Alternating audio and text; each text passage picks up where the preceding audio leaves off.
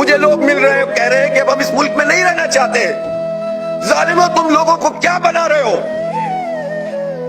تم نوجوانوں کو کیا میسج دے رہے ہو؟ جمہوریت پہ سے اعتماد اٹھا کے تم کیا انہیں دہشت گرد بنانا چاہتے ہو؟ ان کے ہاتھوں میں بندوقیں پکڑانا چاہتے ہو؟ انہیں اسٹریٹ کرمنل بنانا چاہتے ہو؟ کسی معاشرے میں جہاں انتخاب ہوتا ہے، جب انتخاب کے طریقے سے لوگ سامنے نہیں آئیں گے تو اسپلنٹر گروپ بنتے ہیں.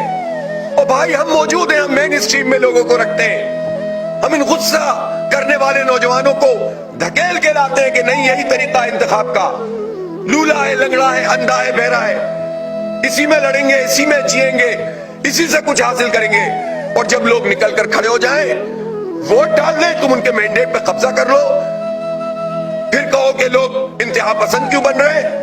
یہ بڑی تمناؤں سے ملک بنا ہے، یہ لاکھوں قربانیوں کے بعد بنا ہے. اس پر قبضہ کرنے والے احساس نہیں رکھتے کہ اس کے لیے لوگوں نے کیا کیا قربانیاں دی ہیں. ہم اپنی نسلوں کو تباہ نہیں ہونے دیں گے انشاءاللہ. ہم لڑیں گے ان کے لیے.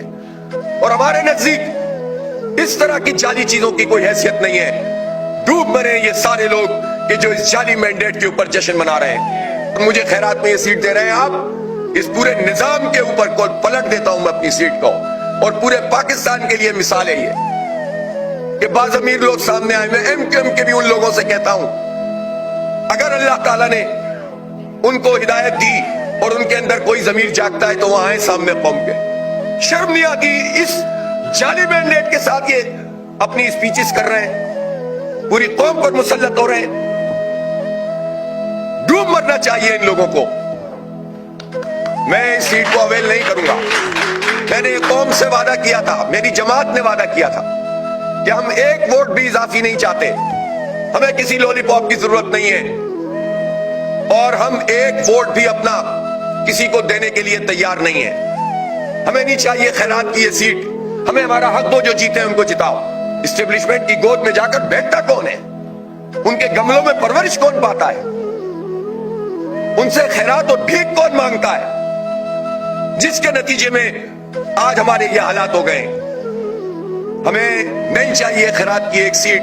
ہمیں ہمارا حق چاہیے کہ اس شہر میں ہم، کراچی شہر جماعت اسلامی کے ساتھ اس کا دل دھڑکتا ہے. دنیا کے نزدیک میرا یہ فیصلہ اور میری ٹیم کا یہ فیصلہ بہت خراب فیصلہ ہو سکتا ہے کہ حافظ صاحب ایک آواز تھی آپ، میرا ایک آدمی بھی وہاں پر موجود ہوگا انشاءاللہ جماعت اسلامی کا، وہ اپنا حق ادا کرے گا. اور اگر انہوں نے ہمیں اڑا بھی دیا ہے تو انشاءاللہ عوام کے دلوں سے تو نہیں نکال سکتے تم ہمیں.